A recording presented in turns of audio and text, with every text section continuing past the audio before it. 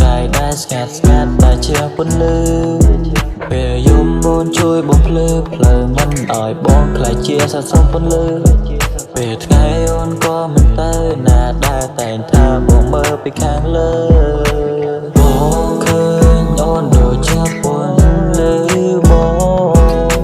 សូមអូនចូលមកធ្វើឲ្យបងភ្លឺផងនិយាយខ្លាំងឲ្យបងស្ដាប់លឺឡងតែយ៉ាងលែងឲ្យរបស់នេះឈឺទៀតផងពេលនោះពួកយើងរៀននៅវិទ្យាល័យពួកយើងទៅរៀនតាំងពីព្រឹករហូតដល់ថ្ងៃបងនឹងនន់ខ្លាំងពេករហូតពេកស្រមៃបងនឹងខិតខំតស៊ូដើម្បីយកអូនណាចរណៃ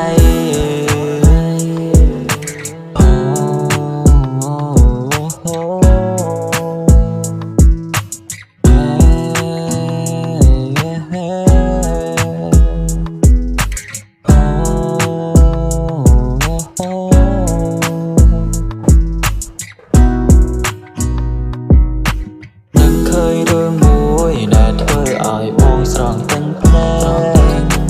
អូនថាអូនសំទងបងដែរអូនរករឿងបងពេកអូនមិនដឹងថាបងជួបការលំបាកប៉ុនពេកអូនជុំរករឿងបងហើយឲ្យអូនសំទងណាផងណាបែ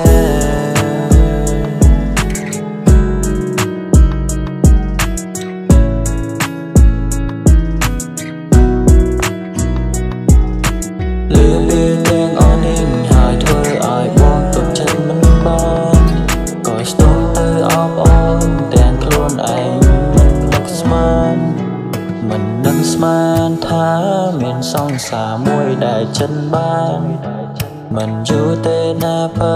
ពួកយើងនឹងជោគជ័យមិនខាន